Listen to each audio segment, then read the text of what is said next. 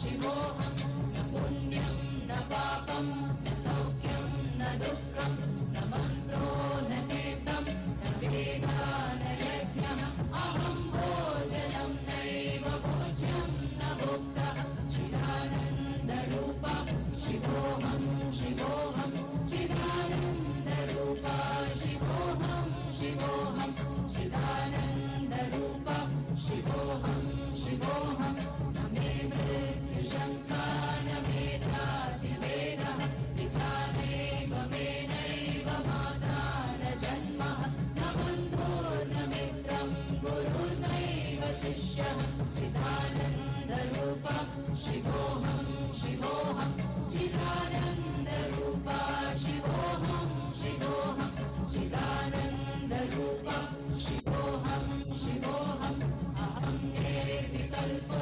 निराकाररूपो विभुत्वा च सर्वत्र सर्वेन्द्रियाणां न च सङ्गतं नैव मुक्तिर्न मेयः चिदानन्दरूपा शिवोऽहं शिवोऽहं चिदानन्दरूपा शिवोऽहं शिवोऽहं चिदानन्दरूपा शिवोऽहं शिवोऽहम्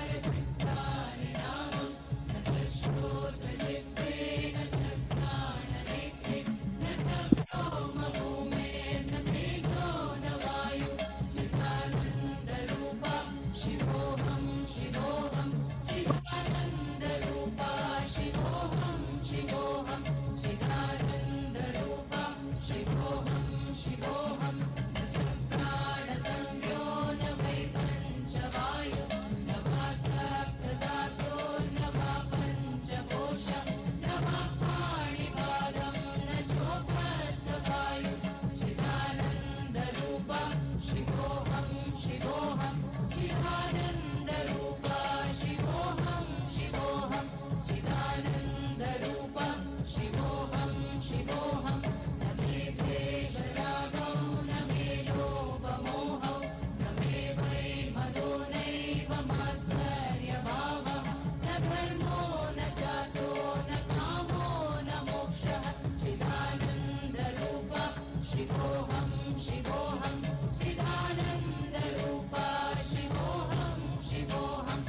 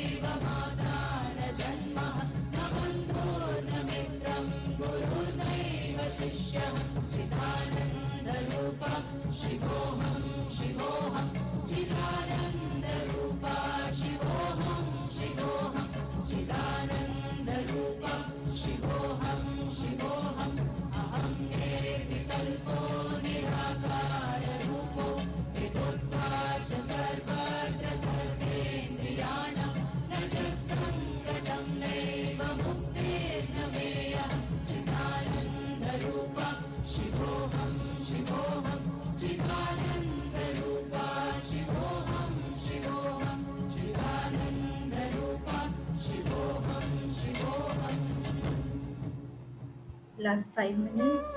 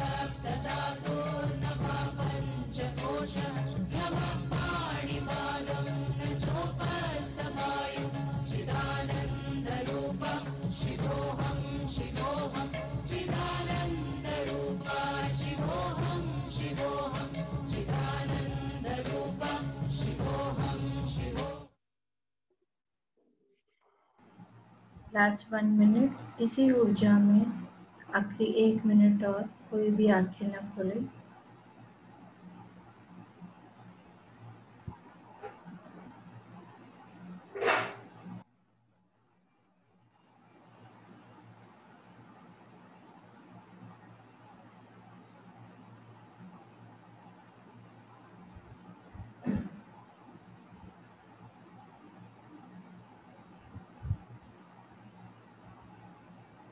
Last 30 seconds.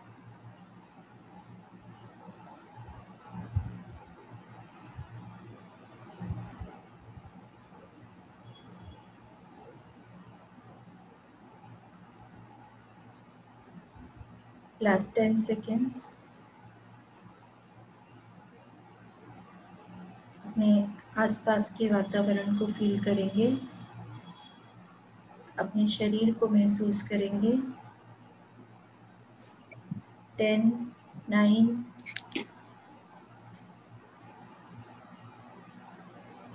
8, 7, 6, 5, 4, 3, 2, 1, 0। बहुत ही धीमी गति से अपने हाथ खोलते हुए 5 सेकंड के लिए अपने आंखों पे रखेंगे।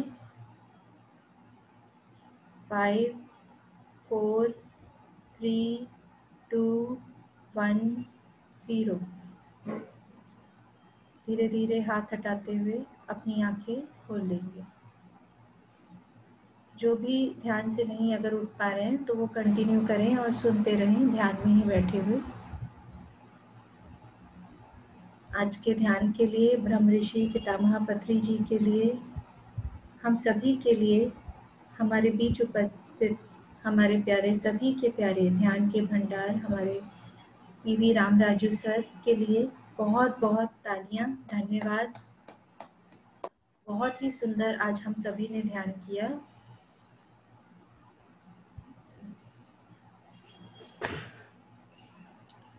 Okay, masters. Yes, sir. Welcome, sir. I hand over to you, sir. Okay, madam. Thank you very much, madam. सभी मास्टर्स को मेरा प्यार भरा नमस्कार। ब्रह्मर्षि पितामह पत्री जी का बहुत कीमत किताब है, उनका जो पहला किताब है वो है तुलसी दल। इस तुलसी दल किताब में क्या नहीं है, सभी ज्ञान को पत्री जी ने इस किताब में डाल के रखा। तो पत्री जी ने हमको जो दिया हुआ ज्ञान को हमारे जीवन में उतारना है। इस किताब को हम हमेशा के लिए एक रेफरेंस बुक जैसा हमेशा रेफर करना चाहिए। कहीं भी कुछ भी डाउट आते हैं, कोई भी किताब पढ़ते हैं, उसका जो रेफरेंस है तुलसी दल किताब है। जब तुलसी दल किताब को पढ़ेंगे तभी हम क्या है कि सभी किताब का जो सार है ये किताब। हम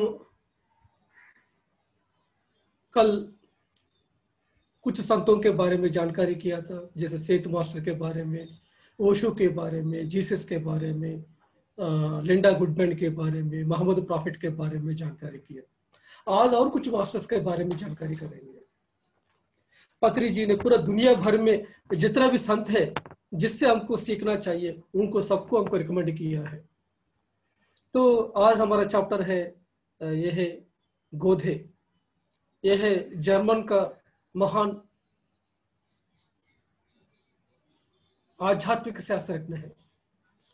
यह आधुनिक युग के महान तत्ववेत्ता, महान मेधावी है। जन्म और मरण रूपी परिणाम क्रम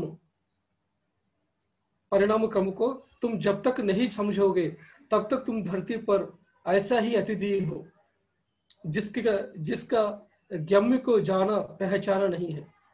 जब तक तुम मरण और जन्म के बारे में जानते नहीं हो तब तक क्या है कि तुम ये धरती के बारे में जानते नहीं है। धरती के बारे में जानना मतलब क्या है कि जन्म होता है, मौत होती है, फिर मौत के बाद फिर जन्म होती है। इसके बारे में जिस व्यक्ति को जानकारी होते हैं वही व्यक्ति इस जीवन में सही तरीके से जिएगा। तुम्हें मृत्यु ही नहीं है, तुम मरकर भी मरते नहीं है। इसे समझकर इस धरती पर महाराजा जैसा जीवित रहो। तुमको मौत ही नहीं है, इस तरह का तुम जीते रहो। जब इस तरह का जीते रहेंगे तभी हमारा जीवन है सार्थक रहेगा। यही हमारे लिए गोधे महाशय का संदेशा है। जर्मनी का महान पंडित गोधे आध्यात्मिकता में अग्रगण्य है। उनके किताब को सबको पढ़ना ही चाहिए। नेक्स्ट है कन्फ्यूशियस। कन्फ्यूशियस है चाइना का महान ग्रेटेस्ट मास्टर है। जैसे हमारे लिए बुद्धा है, महावीर है, वैसा ही चाइना में लाओ त्सु, त्सुवांग-त्सु, कन्फ्यूशियस, ये तीनों महान है उधर। उनका एक किताब है द ग्रेट लर्निंग। इसमें उन्होंने 8 अंश के बारे में बताया। इसी को चाइना में क्या कहते हैं कि महाज्ञान कहते हैं। 6ठी शताब्दी ईसु पूर्व के चीन में देश में महान ज्ञानी कन्फ्यूशियस ने कहा है कि यदि दुनिया को अपना देश की महानता दिखानी है तो पहले राज्यों को अच्छा रखना चाहिए, है कि नहीं। पहले अपना देश के बारे में बताना है तो पहले राज्य सही होना चाहिए। राज्य को अच्छा रखने के लिए पहले अपना परिवारों को अच्छा रखना चाहिए, और परिवार को अच्छा रखने के लिए व्यक्तिगत जीवन को सुधार लेना चाहिए। जब अपना खुद सुधरेंगे तभी हमारा परिवार सही रहेगा, जब हमारा परिवार सही रहेगा तभी राज्य सही रहेगा, राज्य सही रहेगा तो देश सही रहेगा, जब देश सही रहेगा दुनिया सही रहेगा। श्रद्धा और दीक्षा पाने के लिए ज्ञान का विस्तार होना चाहिए। ज्ञान का विस्तार होने के लिए सभी को शोधन करना चाहिए। क्या शोधन करना चाहिए? ये जीवन में आनंद कैसे मिलता है, ये जीवन कैसे जीना है, इसके बारे में हर एक व्यक्ति शोधन करना चाहिए। जिस समय शोधन करेगा श्रद्धा और दीक्षा के साथ, उसको ज्ञान मिलेगा। जब उसको ज्ञान मिलेगा तभी उसका व्यक्तिगत जीवन सही हो जाएगा। इस 8 पॉइंट को महाज्ञान कहते हैं। फर्स्ट पॉइंट क्या है? वस्तु तत्व के परिशोधन से हमको ज्ञान का विस्तार होती है, यह फर्स्ट पॉइंट है। सेकंड पॉइंट क्या है? ज्ञान का विस्तार होने से श्रद्धा व दीक्षा मिलती है। तीसरा पॉइंट है हमारा दीक्षा होने की वजह से बुद्धिहीनता मिट जाती है। अच्छा दीक्षा रहेंगे, हमको पाना है, ये लक्ष्य को पाना है जैसा रहेगा, हमारा जो बुद्धिहीनता नहीं रहेगा, बुद्धि बढ़ावत हो जाएगा। बुद्धिहीनता मिटने से व्यक्तिगत जीवन ठीक बनती है। व्यक्तिगत जीवन ठीक होने से परिवार अच्छा होते हैं। परिवार अच्छा होने की वजह से राज्य ठीक हो जाता है। राज्य ठीक होने की वजह से देश उद्धार हो जाता है। देश उद्धार हो जाएंगे, ये दुनिया का चेंज हो जाएगा। तो हमको कहाँ बदलना है? हम हर एक चीज को पहले परिशोधन करना चाहिए, साइंटिफिक एक्सपेरिमेंट करना चाहिए, ये चीज को लेना है कि नहीं है। अपना व्यक्तिगत जीवन को सही करना चाहिए। हम सही बदल जाएंगे, हम खुद बदल जाएंगे, दुनिया बदल जाएंगे। इसलिए हम अपने आप को बदलने के लिए हम कौन है, हम कहाँ से आए, हमारे जीवन का उद्देश्य क्या है, ये जानकारी करेंगे तो ऑटोमेटिकली दुनिया को सही करने का है। दुनिया को सही करना है तो पहले खुद को सुधरो। यही हमारा कन्फ्यूशियस का हमारा संदेश है। नेक्स्ट, प्लेटो। 5वीं शताब्दी ईसा पूर्व का, जीसस के पहले 5th सेंचुरी BC में रहा हुआ ग्रीस देश का तत्ववेत्ता है। यह है सोक्रेटिस का शिष्य है प्लेटो।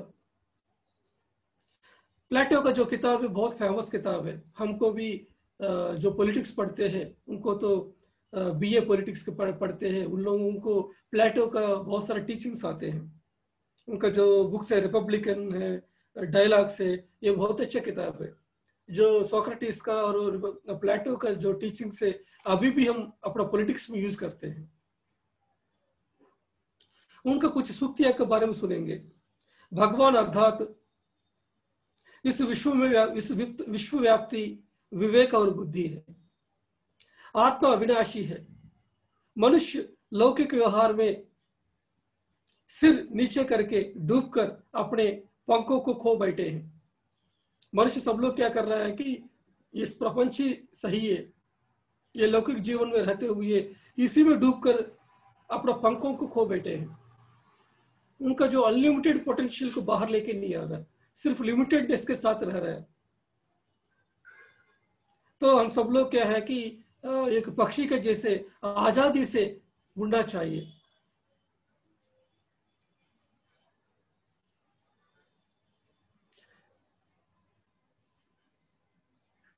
मनुष्य रूप धारण लेने के पहले हम सब लोग तेज रूपी में था।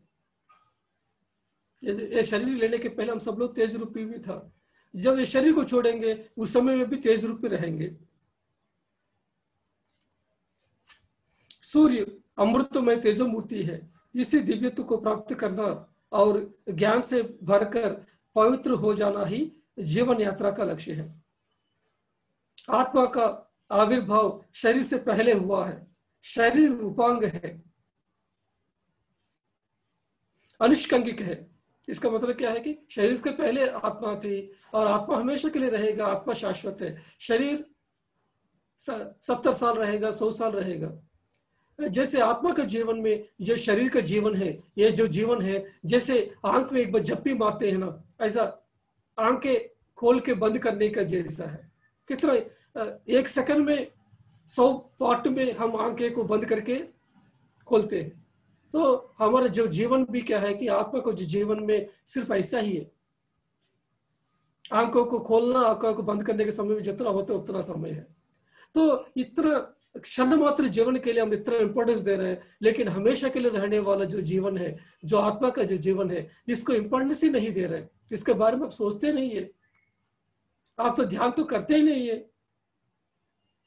तो यही है हमारा प्लेटो ने हमको मैसेज दिया है कि आपको जो जीवन है, ये जो भौतिक जीवन जिसका इंपॉर्टेंस सोच रहे हैं, ये क्या है कि सिर्फ एक क्षण भंगुर है, एक क्षण क्या है।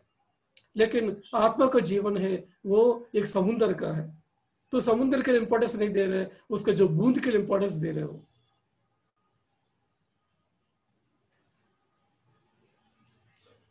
नेक्स्ट चैप्टर है चुवांगशु।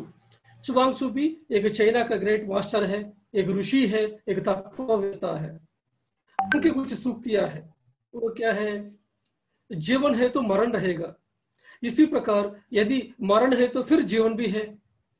सिर्फ कुशल बुद्धि वाले ही समझते हैं कि यह सब एक ही है, मरण और जीवन एक ही है, यही समझते हैं। देखा, हर एक ग्रेट मास्टर, हर एक जो बुद्धिमान व्यक्ति, जिसको भी हम भगवान मान रहे हैं, जिसको भी महायोगी बोल रहे हैं, सब लोग क्या है कि तुम्हारा मौत ही नहीं है, वो लोग जन्म और मरण के बारे में बात कर रहे हैं। उत्तम व्यक्ति हमेशा आध्यात्मिक वैज्ञानिक ही होते हैं, उसे जन्म और मरण स्पर्श नहीं करता। इस जीवन के हानि लाभ ऐसा व्यक्तियों को छू भी नहीं सकते। तो इस दुनिया में जो नुकसान होते हैं, लाभ होते हैं, हार होते हैं, जीत होते हैं, ये उस व्यक्ति को छू नहीं सकते जिस व्यक्ति ने इस जन्म और मरण को पार किया है, इस समय से पार हो चुके हैं। तो वो व्यक्ति के जीवन में, इस भौतिक जीवन में कितना भी कष्ट आए, दुख आए, सुख आए, लेकिन उनके लिए कोई टच नहीं कर सकते, उनको हिला नहीं सकते। जन्म और मरण चक्र के बारे में, काल के बारे में, शुभ और अशुभ के बारे में भूल जाइए, अनंत तत्व में विश्राम पाइए। सम्यक ज्ञान पाने के लिए मनुष्य को पहले त्रिकरण शुद्धि पाना चाहिए। त्रिकरण शुद्धि माने मन में, बातों में, अपना काम एक ही जैसा होना चाहिए। जो आपका लक्ष्य है वो बात करना चाहिए, वो करना चाहिए। मन में एक जैसा, बात एक जैसा, काम एक जैसा नहीं रहना चाहिए। ज्ञानी के लिए आत्मा का नाश नहीं है, केवल शरीर का नाश है। मात्र स्थान परिवर्तन होती है, वास्तविक नाश नहीं है। सिर्फ क्या है कि स्थान बदल जाएगा। इस बार मैं आंध्र में पैदा हुआ हूं, तो अगले जन्म में और दूसरी जगह में पैदा हो सकते हैं, मुंबई में हो सकते हैं, या अफ्रीका में हो सकते हैं, औरत के रूप में पैदा हो सकते हैं, या क्रिश्चियनिटी में पैदा हो सकते हैं, या मुस्लिम को इस्लाम का घर में पैदा हो सकते हैं, कहीं भी पैदा हो सकते हैं। इस जन्म में हिंदू के रूप में भारत देश में, आंध्रा में पैदा हुआ हूँ, तो हमारा स्थान बदलता रहेगा, लेकिन हम तो रहेंगे हमेशा। नेक्स्ट है, और एक ग्रेटेस्ट मास्टर है, हमारा आंध्रा का मास्टर है, ये है अन्नमैया। इनका जो गीत है तो बहुत सुंदर गीत है। इन्होंने इतना सारा सुंदर गीत, हजारों गीत लिखे हैं उन्होंने 15वीं सेंचुरी में। और इन्होंने हमारा लॉर्ड बालाजी के बारे में बहुत गीत लिखे हैं। आप सब लोग जानते हैं तिरुपति बालाजी भगवान। तो तिरुपति बालाजी भगवान है, 7 पहाड़ के भगवान कहते हैं उनको। उधर उस मंदिर में दर्शन करना है तो आपको 7 पहाड़ को ऊपर चढ़ के जाना पड़ेगा, और 48 आवर्स लाइन में खड़े रहेंगे तो आपको दर्शन होंगे। लेकिन ध्यान के माध्यम से आप सीधा जा सकते हैं, सीधा 1 मिनट में आप उनको दर्शन कर सकते हैं। 7 पहाड़ को चढ़ सकते हैं। 7 पहाड़ माने क्या है, ये शरीर में रहा हुआ 6 चक्र और सहस्त्र स्थिति। तो जो लॉर्ड बालाजी है ये 7वां पहाड़ में रहते, ये स्थिति में सहस्रार में रहते। इसलिए वो हम भी क्या करना, इस 7 पहाड़ को चढ़ के इनके पास जाएंगे तो इनका दर्शन होते हैं। तो तिरुपति में जाके पहाड़ों को चढ़ के मूर्ति को दर्शन करेंगे तो लॉर्ड बालाजी को दर्शन करने का नहीं है। लॉर्ड बालाजी को दर्शन करना है तो आप अंतर्मुख होके आप ये सातों चक्रों को जब पार करेंगे, सहस्रार में पहुंचेंगे, तभी आप उनका दर्शन को कर सकते हैं। उस अन्नमैया ने लॉर्ड बालाजी का दर्शन करके, अंतर्मुख होकर ध्यान करके दर्शन करने के बाद उनका अंदर से बहुत सारे गीत आए हैं, बहुत सारे गाने आए हैं। उन्होंने इतना सारा गाना गाया है। पूरा आंध्रा, तेलंगाना और तमिलनाडु में इनका गाना फेमस है। उन्होंने क्या लिखा है कि देखने का दृष्टि एक है, लक्ष्य एक है। तुम एक जगह पे देखते हो, लक्ष्य अलग है। इन दोनों का मिलन हुआ तो वही दैव है। मन एक जैसा रहेंगे और आपका आत्मा एक डायरेक्शन में रहेंगे तो कैसे चलेगा? जब मन इस आत्मा पर जब नजर रखेंगे, उसके साथ एकता पाएंगे, तभी क्या है कि उस आत्मा का दर्शन होंगे। भाव ही जीवात्मा है, प्रत्यक्ष ही परमात्मा है। देखने का दृष्टि अर्थात अंतर्दृष्टि या दिव्य दृष्टि है। जब देखने का दृष्टि माने हम जो बाहर आंखों से देखते हैं वो दृष्टि के बारे में बात नहीं कर रहा है। ये जो नजर है ये इसके बारे में बात नहीं कर रहा है। जो अंतर्दृष्टि माने तीसरा आंख से जो देखते हैं वो है। लक्ष्य एक है, उस ब्रह्म ज्ञानी रूप का लक्ष्य है। जब हमारा तीसरा अंग से जब अंतर्मुख होकर देखते हैं तभी हम इस ब्रह्म ज्ञान को जान सकते हैं। इन दोनों का मिलन हुआ तो अर्थात दिव्य दृष्टि का माध्यम से ब्रह्म ज्ञान को पाना, तभी वो ही दैव है। तभी तुमको पहचान में आएगा कि वो जो आत्मा ही, जीवात्मा ही सर्वात्मा है। भगवान माने और कहीं नहीं है, भगवान माने मैं ही हूं। वो जीवा तो मैं ही हूं और वो परमात्मा भी मैं ही हूं। जब तक हमारा अनुभव पूरा कंप्लीट नहीं होगा मैं जीवात्मा हूं, जब अनुभव पूरा हो जाएगा मैं सर्वात्मा हूं, ये ज्ञान आएगा। इधर क्या बता रहे हैं? भाव ही जीवात्मा है, प्रत्यक्ष ही परमात्मा है। मैं का भाव ही जीवात्मा है। जब जीवात्मा समझते हैं तब क्या होगा? ईगो होगा। मैं बहुत बड़ा इंडस्ट्रियलिस्ट हूं, मैं एमएलए हूं, मैं एमपी हूं, मैं डॉक्टर हूं, मैं इंजीनियर हूं, ये समझना यह ईगो है। मैं का भाव रहना, तो यह है जीवात्मा है। जीवात्मा हमेशा ईगो के साथ रहती है। लेकिन जीवात्मा जब इस सर्वात्मा के साथ जुड़ जाएंगे, ध्यान के माध्यम से क्या हो रहा है? एक जीवात्मा सर्वात्मा के साथ जुड़ के सर्वात्मा से ज्ञान ले रही है। हम ध्यान में क्या कर रहे हैं? जैसे श्वास के साथ जुड़े रहेंगे हम क्या कर रहे हैं? ये जीवात्मा है, सर्वात्मा के साथ जुड़ रहे हैं। जब सर्वात्मा के साथ जुड़ जाएंगे, सर्वात्मा के साथ सभी ज्ञान है, पूरा सृष्टि के ज्ञान है। वो जो सृष्टि के ज्ञान है हम डाउनलोड करेंगे अपना भीतर में।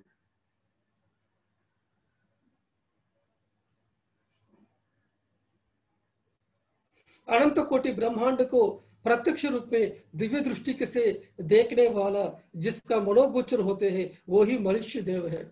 जो बंदा अनंत कोटि विश्व को देख सकते हैं अपने दिव्य दृष्टि के द्वारा, वो व्यक्ति अभी मानव नहीं है, वो है भगवान है, वो ही दैव है। जब मन समझते हुए रहेगा वो व्यक्ति मानव है, मैं आत्मा हूं समझते हुए रहेगा वो है भगवान। आप शरीर है कि भगवान है, आप मन है कि आत्मा है, ये समझने की जरूरत है। जिस समय में आप मन समझेंगे आप मानव है, जिस समय आप आत्मा समझेंगे तब आप कहेंगे कि मैं भगवान हूं, मैं सर्वात्मा हूं, हर जगह पर मैं ही रहता हूं, तुम और हम अलग नहीं है, हम सब एक है। इस ज्ञान आएगा। योगी अन्नमैया का कुछ और सूक्तियां हैं। शरीर का श्वास और उच्छ्वास में ही खान है, ट्रेजर है, निधि है। जो ट्रेजर है कहाँ है? हम सब लोग ट्रेजर को हंटिंग करते हैं। कहाँ कहाँ डायमंड्स मिलता है, कहाँ ज्वेल्स मिलता है, कहाँ रूबीज मिलते हैं, कहाँ हमको सफेद मिलता है, इसके लिए हंटिंग करने के लिए जाते हैं। लेकिन वो ट्रेजर कहाँ है? आपका श्वास में है। ये शरीर का रूपी इस उच्छ्वास और निश्वास में ही ट्रेजर है, निधि है, इस खान है। इसको पकड़ेंगे तो तुमको जीवन में ये पूरा विश्व भर में रहा हुआ संपत्ति तुम्हारा हो जाएगा। सिर्फ कुछ डायमंड्स के लिए तुम कितना तड़प क्यों रहे हो? पूरा विश्व भर में संपत्ति है, उस विश्व भर का संपत्ति ले लो। योगेंद्र के श्वास और उच्छ्वास में ही भगवान है। जो चित्त को अंतर्मुखी बनाकर सीखता है वही योगी कह सकते हैं। इस चित्त को जो अंतर्मुख करेगा जिएगा वही योगी है। सत असत सुविचार जिसका है उसके उत्तम विवेकवान कह सकते हैं। जिसको पता है कि क्या सत्य है क्या असत्य है, वही बंदे को विवेक है। इस बंदे के पास बुद्धि है, विवेक है, कैसे पता चलेगा? जिस व्यक्ति को पता है कि क्या चीज सत्य है, क्या चीज असत्य है। सत्य माने जो हमेशा के लिए रहती है, जो शाश्वत रूप में रहती है वो सत्य है, जो अशाश्वत रूप में रहती है वो असत्य है। तो हमेशा हम शाश्वत के लिए कोशिश करना चाहिए, उसी के लिए हमारे जीवन को जीना चाहिए। अशाश्वत रूपी जीवन को जीना नहीं है, वो आपको दुख देगा। शाश्वत रूप के जो जिसके लिए आप कोशिश करेंगे वो आपको आनंद देगा, संतुष्टि देगा, शांति देगा, स्वस्थता देगा। नेक्स्ट चैप्टर है गौतम बुद्ध। धम्मपद में महात्मा बुद्ध ने कहा है, निरयम पाप कम्बिनो संघम सुखितनो यति परिनिबंति अडासव। यह पाली भाषा में है। इसका मतलब क्या है कि जो पाप कर्म करते हैं वो नरक में जाते हैं, जो पुण्य कर्म करते हैं स्वर्ग में जाते हैं। जिसको मन शुद्धि होती है उस महात्मा परिनिर्वाण प्राप्ति होते। जब ध्यान करने के पहले हमारा मन अशुद्ध रहते हैं, गंदगी रहते हैं, उसका अंदर सभी अरिषड वर्ग रहेंगे, लेकिन ध्यान करेंगे वही जो मन है वो निर्मल स्थिति में आएगा, वही शुद्ध हो जाएगा। उसी समय आपके जो जीवन में खुशियां जो नरक और स्वर्ग है वो और कहीं नहीं है। ये नरक और स्वर्ग है, ये धरती में ही है। ये सृष्टि में कहीं भी नरक नहीं है। नरक में जाने के लिए पहले आपको शरीर चाहिए। शरीर इस धरती में है। जैसे शरीर छोड़ेंगे आप आत्मा है। आत्मा को शस्त्र छेद नहीं कर सकते, या आग जला नहीं सकते हैं, या पानी आपको भीग नहीं कर सकते, भीगा नहीं सकते हैं। तो आत्मा को कौन पनिशमेंट दे सकते हैं? आत्मा को पनिशमेंट नहीं है। तो नरक कहीं नहीं है सृष्टि में। तो फ्रेंड्स, मैं देख के आया हूं, कहीं भी नरक दिखाई नहीं दिया। हर एक महान देख के आया, कहीं भी नरक नहीं है सृष्टि में। तो मौत के बाद कभी अब चिंता नहीं करना नरक में जाऊंगा नहीं सोच के। ये सृष्टि में हर एक लोग स्वर्ग है, हर एक लोग सुंदर है। तो जो भी पनिशमेंट है हमको लाइफ में, ये शरीर लेंगे तो उस समय होते हैं। जो भी कर्म करते हैं उसका फल हमको ये जब शरीर लेते हैं उसी समय होते हैं। लेकिन सृष्टि में कहीं भी आपको नरक और स्वर्ग नहीं है, ये याद रखिए आप। और बुद्ध ने क्या कहा है कि मुझसे पहले भी कई बुद्ध आए हैं, मेरे बाद भी कई बुद्ध आएंगे। इसका मतलब क्या है कि बहुत सारे बुद्ध लोग बनेंगे, तो हम भी बुद्ध बनना चाहिए। ये जानते हैं बुद्धा ने, मेरे बाद भी लोग आएंगे बोल के। तो जो लोग आज इस जूम सेशन में अटेंड कर रहे हैं, आप सब लोग भी बुद्धा बनेंगे, क्योंकि आपको पता चलेगा बुद्धा कैसे बनना, वो ट्रिक पता चलेगा। जो बुद्धा ने 6 साल मेहनत करके उनको ये फाइंड आउट किया, आनापानसति, वो चीज आपको पता चलेगा। तो बुद्ध बनना ही हमारे लिए देर है। अभी सिर्फ साधना करने के लिए हम देर कर रहे हैं। अगर साधना करते रहेंगे हम भी बुद्ध बन जाएंगे।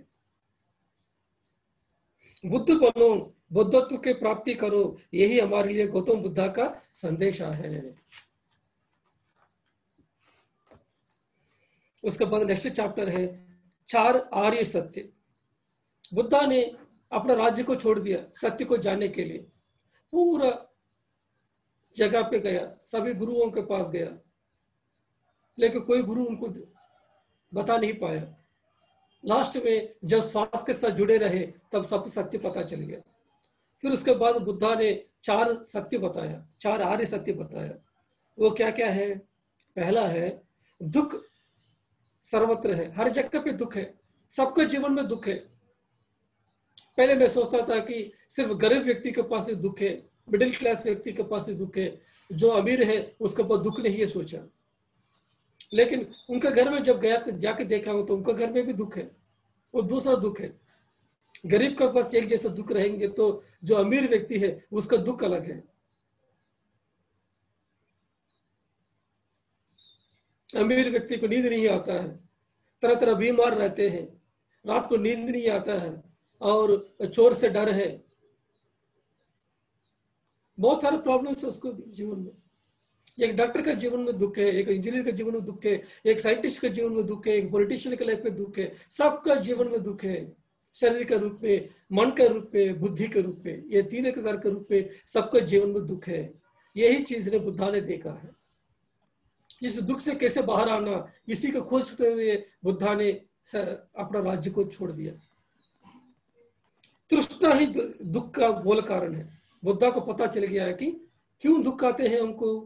तृष्णा, तृष्णा माने क्या है? जो जरूरत से ज्यादा मांगना, जरूरत से ज्यादा इच्छा को रखना। जो बंदा जरूरत से ज्यादा इच्छा को रखेंगे उसका डेफिनेटली दुख रहेगा। यही तृष्णा है, अविद्या से पैदा होती है।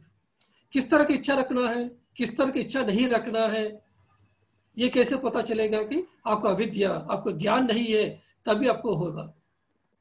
कल मैं बताया था आपको, इस लोक की संपत्ति के लिए आप कोशिश नहीं करना, लेकिन आप लोक की संपत्ति के लिए कोशिश करो। तो आपको हमेशा इच्छा होना चाहिए ऊर्ध्वलोक की संपत्ति के लिए, दैट मीन्स ध्यान ज्ञान के लिए आप तड़पना चाहिए, उसके पीछे पड़ना चाहिए, तब आपको दुख कभी नहीं होगा। लेकिन आप इस लोक की संपत्ति के पीछे पड़ेंगे तब क्या होगा? जरूर दुख होगा, आपको जरूर बीमारी आएगा, जरूर अशांति होगा, डिप्रेशन में जाएंगे, फाइनेंशियल प्रॉब्लम के साथ जाएंगे। नेक्स्ट फोर्थ पॉइंट है, अष्टांग मार्ग ही अविद्या को दूर करती है। तो बुद्धा ने हमको 8 अंक दिया है। इस 8 अंक को जो बंदा फॉलो करते हैं वो बंदा दुख से बाहर आएंगे। 4 आर्य सत्य है। पहला सत्य क्या है कि हर जगह पे दुख है। तो दूसरा क्या है कि ये जो दुख आया क्यों आया है? हमारा अविद्या का, हमारा तृष्णा के वजह से, जरूरत से ज्यादा इच्छा रखने की वजह से। और ये जरूरत से ज्यादा इच्छा क्यों रखे हैं? अविद्या के वजह से। ये अविद्या को कैसे दूर करना है, इस अज्ञान को कैसे दूर करना है? यह 8 अंग को फॉलो करने का, जो अष्टांग मार्ग को फॉलो करने के द्वारा। तो अष्टांग मार्ग का अवलंब करना ही शरणीय है, उसी से दुख रहित उपलब्धि होती है। तृष्णा अर्थात सीमित से अधिक, तृष्णा अर्थात मिति से कम, मध्यम मार्ग को अपनाना है। हम हमारा जीवन हमेशा मध्यम मार्ग में रहना चाहिए। ज्यादा पैसा भी कमाना नहीं है, कम पैसा भी कमाना नहीं चाहिए, संसार से भी दूर रहना नहीं चाहिए और सन्यासी भी नहीं बनना चाहिए। संसार में रहते हुए भीतर में सन्यास तत्व को अपनाना है। हमें भीतर में सन्यासी बनना है, लेकिन बाहर में संसार में रहना। जो व्यक्ति इस तरह के रहेंगे, मध्यम मार्ग में रहेंगे, वो व्यक्ति हमेशा खुशी के साथ रहेगा।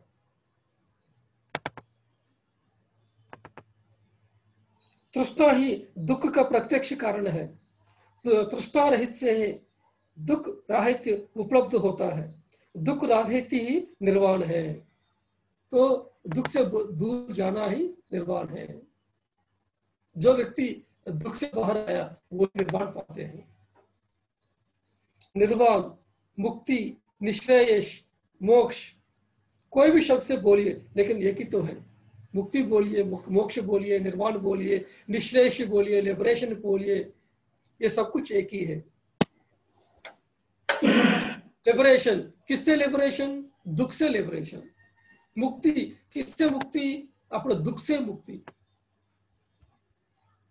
तो नेक्स्ट चैप्टर में हम लोग अष्टांग मार्ग के बारे में बताया। बुद्धा का अष्टांग मार्ग है, क्या क्या है? पहला है सम्मा दिट्ठी। यह है पाली भाषा में लिखा है, इसका मीनिंग है सही दृक्पथ, दैट मीन्स राइट एटीट्यूड। जब हमारे पास राइट एटीट्यूड रहेगा तभी हम दुख से बाहर आ सकते हैं।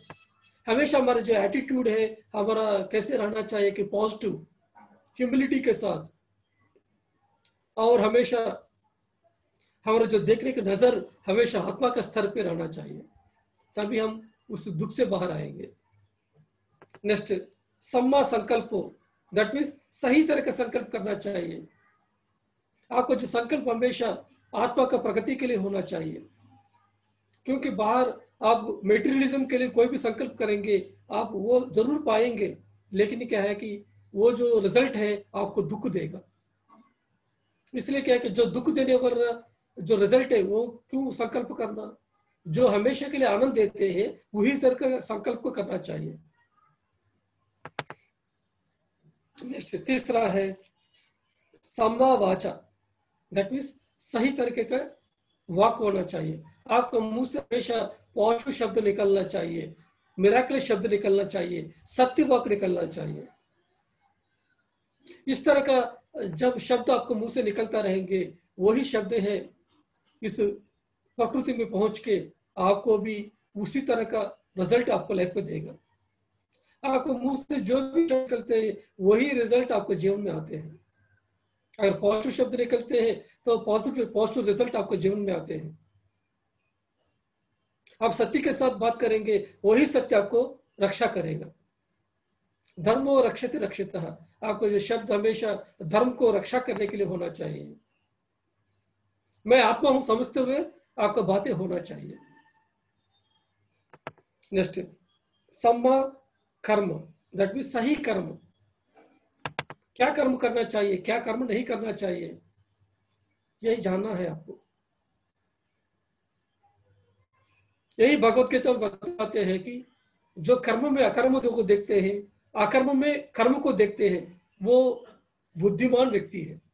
इस पूरा मनुष्य में बुद्धिमान व्यक्ति कौन है कि कर्म में अकर्म को देखते हैं और अकर्म में कर्म को देखते हैं, वो बुद्धिमान व्यक्ति है।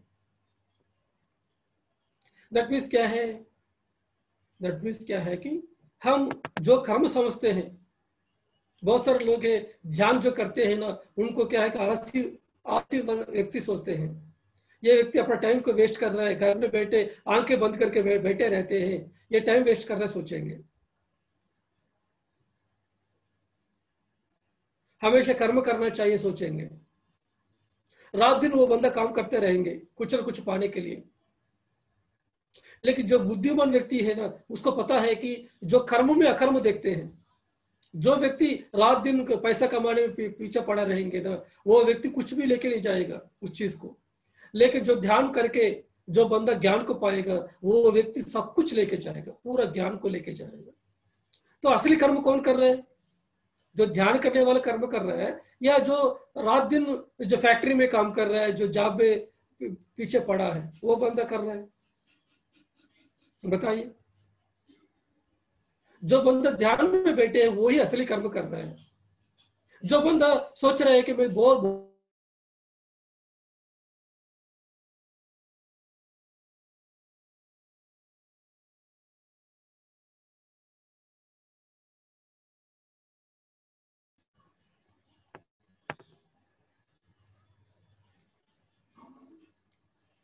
तो इस तरह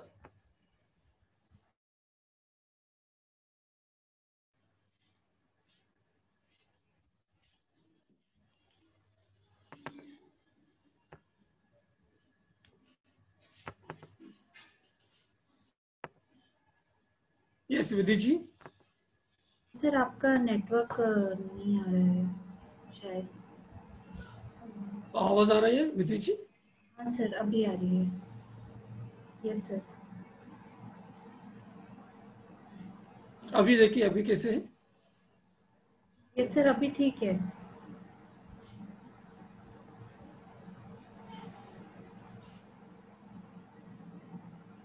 अभी ठीक है ना? Yes sir yes sir. Okay. तो फ्रेंड्स, हमारा सही कर्म करना चाहिए हमको। फर्स्ट है सही तरह का राइट एटीट्यूड होना चाहिए, उसके बाद राइट होना चाहिए, और थर्ड है राइट वर्ड्स होना चाहिए, और फोर्थ है राइट लाइवलीहुड होना चाहिए। लाइवलीहुड हमारा जो करने वाला जो काम है ना, वो भी क्या है कि सही तरीके से हमको कमाना चाहिए। पैसा भी क्या दूसरों को धोखा देते हुए खाएंगे ना, वो भी आपका कर्म बन जाएगा।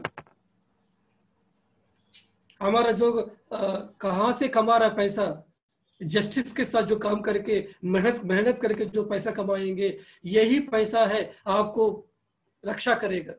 लेकिन आपको पैसा है दूसरों को जुल्म करते हुए, दूसरों से जो खींचा हुआ पैसा, दूसरों को धोखा दिया हुआ जो पैसा है, करप्शन के द्वारा पैसा लिया हुआ पैसा है, जो आपको रिश्वत के द्वारा लिया हुआ पैसा है, आपको जीवन को सही रास्ता में लेके नहीं जाएगा। इसलिए बुद्धा ने कहा है कि आपको जो भी पैसा है मेहनत के साथ जो कमाएंगे, वो पैसा है आपको जीवन में रक्षा करेगा। और सही तरह का कर्म ये भी होना चाहिए। उसके बाद सही तरह का श्रद्धा भी क्या होना चाहिए, आपको सही तरीके का होना चाहिए। अभी क्लास में बैठे हैं, क्लास को अच्छा तरह सुनना चाहिए, आपको श्रद्धा के साथ सुनना चाहिए। आपको कुछ लोग हैं अभी क्लास में बैठे हैं, कुछ सोते हुए सुनेंगे। हाँ, सुनना है तो सुनना है, बैठेंगे तो उस समय क्या होंगे, आपको श्रद्धा नहीं है तो आपको ज्ञान नहीं आएगा। जब इधर 1.5 घंटे के लिए बैठेंगे, अच्छी तरह ध्यान कीजिए, आधा घंटा के लिए। कभी लॉगिन हो जाएंगे 20 मिनट के बाद, कभी सुनेंगे 10 मिनट के लिए। क्या हो रहा है देखने के लिए आते हैं कुछ लोग, टेस्टिंग करने के लिए, स्पीकर को टेस्ट करने के लिए आते हैं। ये लोग क्या कर रहे हैं, कितना लोग बैठे हैं, ये सही चल रहा है कि नहीं जूम। तो इस तरह का देखेंगे तो कहाँ से श्रद्धा होंगे उनको। कभी सोते हुए देखेंगे, क्या सुनना है, क्या होते हैं बोल के। जितना भी अभी वीडियो ऑन करके जो बैठे हैं, अब जितना वो आप सब लोग श्रद्धा के साथ बैठे हैं। मेरे सामने अभी 8 लोग दिखाई दे रहे हैं। आप सब लोग सही तरीके से बैठ के सुन रहे हैं। ये होते हैं श्रद्धा के साथ सुनना, मतलब तब आपको जरूर ज्ञान मिलेगा। कहीं भी जगह जाएंगे और डेफिनेटली क्या है कि हमको उस जगह पे अच्छी तरह श्रद्धा के साथ बैठिए, नहीं तो उधर बैठना नहीं है, जाना नहीं है। क्या करना है इधर आके। नेक्स्ट, सही एकाग्रता। आपको जो मन है हमेशा जिस काम कर रहे हैं उसी में रखना चाहिए। अब आपका काम क्या है, सुनना है। तो आपको जो हमेशा एकाग्रता है, आपको जो कंसंट्रेशन मेरे बातें पे होना चाहिए, वो क्या बात कर रहे हैं। उसके अलावा घर में क्या खाना बनाना है, घर में घर वाला क्या सोच रहे हैं, अभी क्या सब्जी बनाना है, इसके बारे में नहीं रहना चाहिए। अभी आपका जो काम है सिर्फ आज सीखने के लिए आया है पत्री जी के ज्ञान को, उसी पे आपको कंसंट्रेशन होना चाहिए। नेक्स्ट फाइनल है, सही तरह का ध्यान करना चाहिए। ध्यान तो हजारों ध्यान है, लोग हजारों ध्यान के बारे में बात करते हैं, लेकिन सही तरीके का ध्यान एक ही है। जैसे सूरज एक है, जैसे चांद एक है, वैसा ही ध्यान का तो तरीका एक ही है, वो है आनापानसति। दैट मीन्स ये श्वास के साथ जुड़े रहना। तो गौतम बुद्धा ने इतना सारे गुरुओं के पास जाके फाइनल में क्या पता चला कि सही तरीके का ध्यान क्या है, वो पता चला उनको।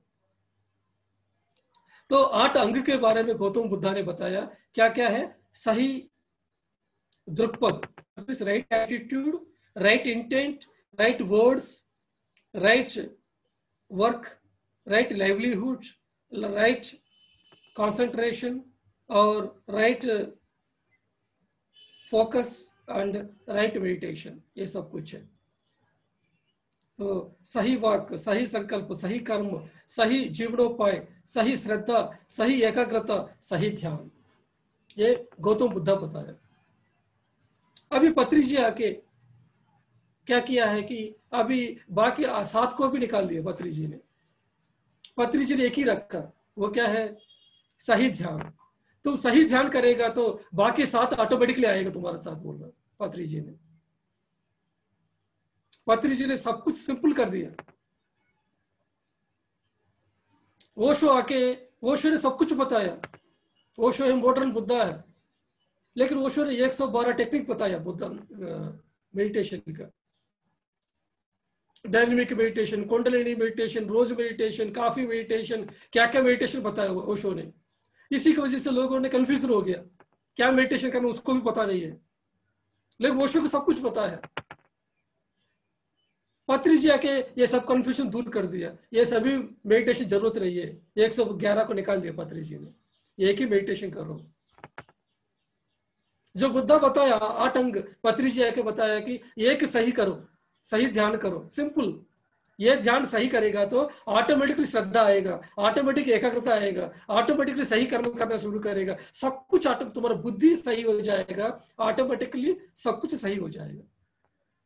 ध्यान से हमारा मन का शुद्धि हो जाएंगे, हमारा मन जैसे शुद्धि हो जाएंगे, हमारा बुद्धि का विकास होंगे। जैसे बुद्धि का विकास होंगे, क्या करना है, क्या नहीं करना है, क्या कर्म करना, क्या कर्म नहीं करना, सब कुछ आएगा आपके जीवन में। इसलिए पत्री जी ने आसानी से आसान तक हर एक व्यक्ति तक ध्यान को पहुंचाया। अष्टांग मार्ग के अधिष्ठान द्वारा अविद्या दूर हो जाएगा, तृष्णा मिट जाएगा। अष्टांग मार्ग की वजह से प्रज्ञा, शील, समाधि से संबंधित शिक्षा मिल जाएगा। क्या क्या मिल जाएगा? प्रज्ञा मिलेगा आपको, शील मिलेगा, समाधि मिलेगा। प्रज्ञा माने क्या है? सही दृक्पथ, सही संकल्प, सही तरह की इच्छा, क्या इच्छा रखना चाहिए, क्या संकल्प रखना चाहिए, वो पता चलेगा। और सही दृक्पथ, right attitude towards life, that means gratitude के साथ रहेंगे हमेशा। सब कुछ मेरा जीवन में अच्छा ही हो रहा है ये समझते हुए जिएंगे। नेक्स्ट शील, दैट मीन्स क्या है कि सही वाक, सही जीवनोपाय और सही कर्म। नेक्स्ट समाधि, समाधि मतलब सही श्रद्धा, सही एकाग्रता और सही ध्यान। ये तीनों चीज आपको मिलेगा, प्रज्ञा, शील और समाधि, ये तीनों मिलेगा। जनरली आप देखेंगे तो बुद्धिस्ट सेंटर्स में देखेंगे तो शील मतलब क्या है कि शीलता क्या कहते हैं कि चोरी नहीं करना, प्रोस्टिट्यूशन नहीं करना, ये सब कुछ बताते हैं उधर तो। लेकिन इधर आने के बाद पत्री जी ने क्या है कि ये सभी बातें नहीं किया है पत्री जी ने। पत्री जी ने क्या किया है कि शीलता मतलब क्या है कि सही वाक, सही जीवनोपाय और सही कर्म, ये तीनों चीज करेंगे, ऑटोमेटिकली क्या है कि जो आपको जो बुरी आदतें आपके जीवन से निकल जाएंगे। जिस व्यक्ति के जैसे गुण रहेगा उस तरह का कर्म करेगा ही। उस व्यक्ति को बोलेंगे कि तुम चोरी नहीं करो, उसको जब तक ध्यान में नहीं आएगा वो चोरी करना बंद नहीं कर सकते हो। जब तक ध्यान नहीं आएगा वो प्रोस्टिट्यूशन में जाना बंद नहीं कर सकते हैं, क्योंकि उसका गुण ऐसा है। तो आप जबरदस्ती किसी को दारू पीना छोड़वा देंगे, फिर वो दारू पिएगा एक दिन तो, लेकिन वो ऑटोमेटिकली छूटना चाहिए। जब तक ध्यान का रास्ता नहीं देंगे तब तक क्या है कि हम दूसरों के व्यक्ति को जो बुरी आदतों को छोड़वा देंगे वो नुकसान हो जाएगा। एक व्यक्ति है, उसका बीवी सता के उसको दारू छोड़वा दिया, लेकिन उसके अंदर क्या है कि कुछ अंदर अशांति है, उसके अंदर कमी है। तो वो व्यक्ति अभी क्या कर रहा है, घर में आके डेली पत्नी को कुछ ना कुछ बात करके उनको टॉर्चर कर रहा है। क्योंकि पहले वो क्या करता था, उसका अशांति को दूर करने के लिए कहीं दारू की दुकान में जाता था, अभी वो दूसरा रूप में बदल गया। इसलिए हमारा PSSM में हम इस मांस को नहीं लेना, हम बहुत अच्छी तरीके से बताते, शाकाहारी ले लो, मांस को नहीं ले लो, एक ही चीज हम सबको बताते। लेकिन हम सिगरेट पीने का या दारू पीने का मना नहीं करते हैं। क्यों नहीं करते हैं कि किसी का गुण हम चेंज नहीं कर सकते तुरंत ही, लेकिन हम ध्यान को सिखाएंगे, वो ध्यान करते करते करते करते ऑटोमेटिकली सिगरेट छूट जाएगा, ऑटोमेटिकली दारू छूट जाएगा। ऑटोमेटिकली छूटना चाहिए, कोई भी चीज है जबरदस्ती नहीं छूटना चाहिए, जितना भी आदत है। जैसे पत्री जी कभी भी स्ट्रेस नहीं करते इसमें, दारू में, सिगरेट में। लेकिन जो हिंसा है, दूसरों को जो खून करते हैं, दूसरों का हिंसा करते हैं, इसको हम जरूर उसको मना करते हैं। मांस को खाना उसको मना करते हैं हम, शाकाहारी के बारे में सबको बताते हैं। क्यों करते हैं कि यही चीज है, क्योंकि किसी व्यक्ति को मन नहीं बदलते तब तो उसका आदत नहीं बदलते हैं। इसलिए यह चीज पत्री जी जानते हैं, इसलिए क्या है कि पत्री जी कभी भी इस चीज के बारे में किसी को नहीं बताया। बाकी आध्यात्मिक सोसाइटी में जाएंगे, वो तो मांसाहार को कोई मना नहीं करते, किसी को कोई भी गुरु है पब्लिक में आके नहीं बता रहे, लेकिन पत्री जी पब्लिक में आके सबको बता रहे शाकाहारी का हो, कहीं भी कोई से कभी डरते नहीं है। लेकिन बाकी गुरु तो दारू पीना बंद करो, सिगरेट पीना बंद करो कहते हैं, लेकिन बिना ध्यान को देते हुए उसको कहेंगे तो क्या होगा?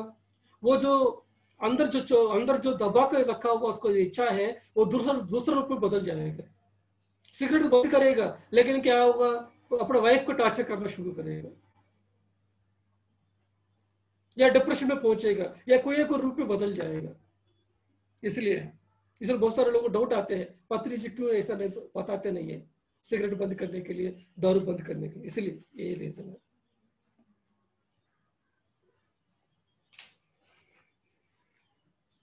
नेक्स्ट, सही दृक्पथ, ये क्या है? जो अष्टांग मार्ग में सही दृक्पथ के बारे में बताया। सही दृक्पथ माने क्या है? शक्ति, चैतन्य और ज्ञान, इन तीनों का समुदाय ही मैं है। मैं माने आत्मा, आत्मा माने क्या है? तीन चीज का समुदाय है। क्या क्या है? शक्ति, चैतन्य और ज्ञान। चैतन्य से ही भौतिक शरीर का जन्म हुआ है, लेकिन भौतिक शरीर से चैतन्य का जन्म नहीं हुआ है। चेतना रहेंगे तो ये शरीर चल रही है, चेतना नहीं रहेगा तो शरीर कहां चलेगा? चैतन्य के विस्तार के लिए कभी भी समय की सीमा नहीं है। असाध्य जो है वही नहीं है। तो हम चेतना है तो हमको क्या करना चाहिए? इसको विस्तार रूप में जाना चाहिए। हम माने क्या उन्हें? मैं माने चैतन्य, ज्ञान और शक्ति, ये तीनों को हमको विस्तार रूप में आगे लेके जाना चाहिए। जब चैतन्य विस्तार होंगे, ज्ञान का भी विस्तार होंगे, शक्ति का भी विस्तार होंगे। जब शक्ति का विस्तार होंगे, ऑटोमेटिकली ज्ञान का भी विस्तार होंगे और चैतन्य का विस्तार होंगे। ये तीनों एक दूसरे को प्रोपोर्शनल है। ध्यान के माध्यम से क्या होते हैं? हम ऊर्जा को बढ़ा रहे, अपने ऊर्जा को बढ़ा रहे। जब ऊर्जा को बढ़ाएंगे, ऑटोमेटिकली ज्ञान का भी विस्तार होंगे और चैतन्य का भी विस्तार होंगे। जब आपका ज्ञान बढ़ेगा, ऑटोमेटिकली एनर्जी लेवल, आपका कॉन्शियसनेस भी बढ़ेगा। एक दूसरे को प्रोपोर्शनल है।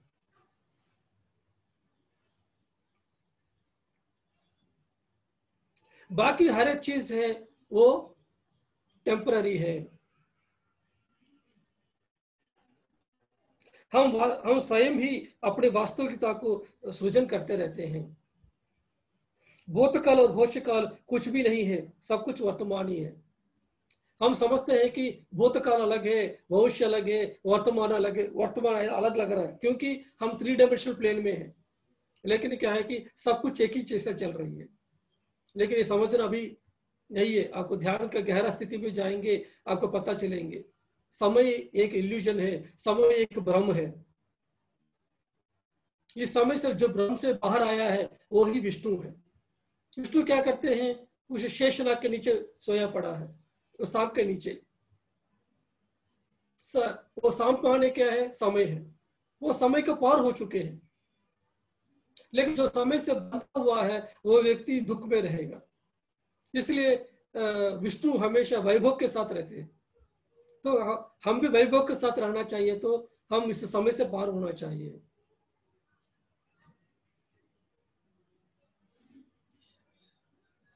सही दृक्पथ बुद्धत्व की उपलब्धि का अंकुर होते हैं। गलत दृक्पथ बुद्धत्व की शून्यता के लिए निदर्शन है। नेक्स्ट है मध्य मार्ग। ठीक है, मध्य मार्ग के बारे में कल हम जानकारी करेंगे। 8-5 हो चुके हैं। तो फ्रेंड्स, आज हम सब लोगों ने गोदे के बारे में, कन्फ्यूशियस के बारे में, चुवांशु के बारे में आज हम सब लोगों ने जानकारी किया, और बुद्धा का 4 आर्य सत्य के बारे में, अष्टांग मार्ग के बारे में, और गौतम बुद्धा के बारे में जानकारी किया है। फिर उसके बाद हम फिर आएंगे, आके हम इस मध्य मार्ग के बारे में और ब्रह्म विहार के बारे में, जो बुद्धा का कुछ टीचिंग्स है और टीचिंग्स है, उस टीचिंग्स के बारे में जानेंगे। उसके बाद नारद महर्षि का कुछ टीचिंग से, उसके बाद आदि शंकराचार्य जी का जानकारी करके फिर उसके बाद और आगे बढ़ेंगे, दुख कैसे आते हैं हमारा, इस दुख से बाहर कैसे आना है, इसके बारे में जानकारी करेंगे। तो इतना कहते हुए आज थैंक यू सो मच, आप सब लोगों ने बहुत श्रद्धा के साथ सुने हैं। जितना भी आप मेरे सामने अभी 12 लोग बैठे हैं, 12 लोग तो मैं देख रहा हूँ सब लोग बहुत अच्छे श्रद्धा से सुने हैं। बाकी लोगों के बारे में मुझको पता नहीं है, जरूर आप लोग भी श्रद्धा से सुने होंगे, नहीं तो आप कैसे बैठेंगे। तो अभी भी आज जो सब्जेक्ट बताया हूँ इसमें किसी भी को कुछ सवाल है तो पूछ सकते हैं। सर अन्नपूर्णा मैम का हैंड रेज है, मैम बात कीजिए। यस हेलो, नमस्ते सर। सर नमस्ते मेरी डाउट है सर, निर्वाण और परिनिर्वाण डिफरेंस क्या है? सब में एक परि और महा रहती है, शून्य महाशून्य परिशून्य, ऐसे ऐसे कुछ महा एंड परि प्रीफिक्स रहती है। 3 शब्द है मैडम, ये क्या है कि मुक्ति, परिमुक्ति, महापरिमुक्ति। हाँ निर्वाण, परिनिर्वाण, महापरिनिर्वाण। हाँ ठीक है, शून्य, हाँ परिशून्य, महापरिशून्य, साधना, परिसाधना, महापरिसाधना। ठीक है। हाँ तो निर्वाण माने क्या है कि दुख से बाहर आना। आपका मन में दुख क्यों होते हैं? मन के वजह से होते हैं। हमारा काम, क्रोध, मद, मोह, हाँ मात्य, ये जो 6 चीज है ना, इसी की वजह से हमको दुख होते हैं। हमारा जो इच्छा है वजह से, जो जरूरत से ज्यादा इच्छा रखने की वजह से क्या होते हैं, हमको क्रोध आती है। क्रोध जब ज्यादा हो जाएंगे तब क्या होंगे, हमको जो इच्छा पूरा नहीं हुआ तब भी आपको गुस्सा होंगे, आपको हाँ ये चीज क्यों नहीं मिला है। तो फिर हमको क्या होंगे, इस चीज को पाना ही पाना है जैसे आपको आएगा। जब हमको विवेक, जो हमारा बुद्धि नाश हो जाएंगे तब उस चीज को पाने के मोह हो जाएगा। उसके वजह से क्या होंगे, जो लोग हमको जो इच्छा को पूरा करने के लिए हमको रोकेंगे, उस व्यक्ति पर हमको द्वेष हो जाएंगे। वो द्वेष ही बाद में क्या हो जाएंगे, ईर्ष्या के रूप में बदल जाएंगे। ठीक है ना। तो आपका जो इच्छा है ना, जो जरूर से ज्यादा इच्छा है, कहाँ तक लेके गया, बाकी जो अर्शद दुर्ग के बाकी सभी चीज को साथ आपको जुड़ के रखे हैं। ठीक है ना। इसलिए गौतम बुद्धा ने क्या कहा है कि हर जगह पे दुख है। ये दुख क्यों है? तृष्णा की वजह से, जरूरत से ज्यादा इच्छा रखने की वजह से आपको ये दुख आया है, ये मन में ये सब कुछ आया है बोला। ठीक है ना। तो जो व्यक्ति ने इस अर्शद वर्ग को, इस मन को काबू पाया है, इस दुख से बाहर आया है, वो व्यक्ति है मुक्ति पाया है, वो व्यक्ति निर्वाण को पाया है। ठीक है ना। अभी आप है अपने घर को साफ कर दिया, घर में गंदगी नहीं है, लेकिन एक व्यक्ति मुक्ति पाने के बाद क्या होते हैं कि आपका जो पड़ोसन है वो क्या कर रहा है कि वो घर में जितना भी मिट्टी है वो बाहर फेंक रहे हैं। आपका घर तो आप अच्छे साफ करके रखा, लेकिन वो पड़ोसन व्यक्ति क्या किया, आपके घर के जो गंदगी है आपके घर के सामने डाल रहा है। तब आपको अच्छा लगेगा क्या? नहीं लगेगा ना। तो ऐसा ही जब आप दुख से बाहर आएंगे तब देखेंगे कि इस दुनिया में बहुत सारे लोगों को दुख है, सब लोग परेशान हैं। तब जो व्यक्ति है दूसरों को दुख को निकालने के लिए कदम आगे रखेंगे। ठीक है ना। जो बंदा टीचर बन जाएंगे वो व्यक्ति है परिनिर्वाण को पाया है। ठीक है, परिमुक्ति पाया है। ठीक है ना। अब विधि जी है, विधि जी ने क्या पाया? परिमुक्ति पाया। उन्होंने कदम आगे रखा, मैं अपना दुख से मैं बाहर आऊंगा और मैं दूसरों को कैसे मदद कर सकता हूं, ये सोच के उन्होंने जूम सेशन शुरू किया। तो वो क्या पाई है? इस तरह का परिमुक्ति पूरा नहीं पाई है, लेकिन परिमुक्ति के लिए कदम उठाई है। ठीक है ना। इस तरह को उन्होंने करते करते करते जीवन में बहुत सारे लोगों को ध्यान सिखा के करेंगे। वो अपना घर में बैठे अपना लोगों को सब कुछ सिखाएंगे, वो क्या बनेंगे? परिनिर्वाण पाएंगे। ठीक है ना। लेकिन उसके बाद फिर लेकिन ये भी खत्म नहीं है, फिर भी जन्म लेना पड़ेगा। तो वो उस समय क्या होगा, पूरा दुनिया का दुख कैसे मैं मिटा सकता हूं मैं? ठीक है। उस समय जो व्यक्ति पूरा दुनिया का दुख को निकालने के लिए जो चल पड़ते हैं वो महापरिनिर्वाण में है। ठीक है, वो है बुद्धा है, वो है पत्री जी है। वो व्यक्ति क्या करेंगे, बुद्धा को पता चल के ध्यान करके करके क्या पता चलेगा कि बुद्धा 50 जन्म के पहले एलेक्टेड हो चुके हैं। गौतम बुद्ध 50 जन्म के पहले उनका नाम था अरिहंत।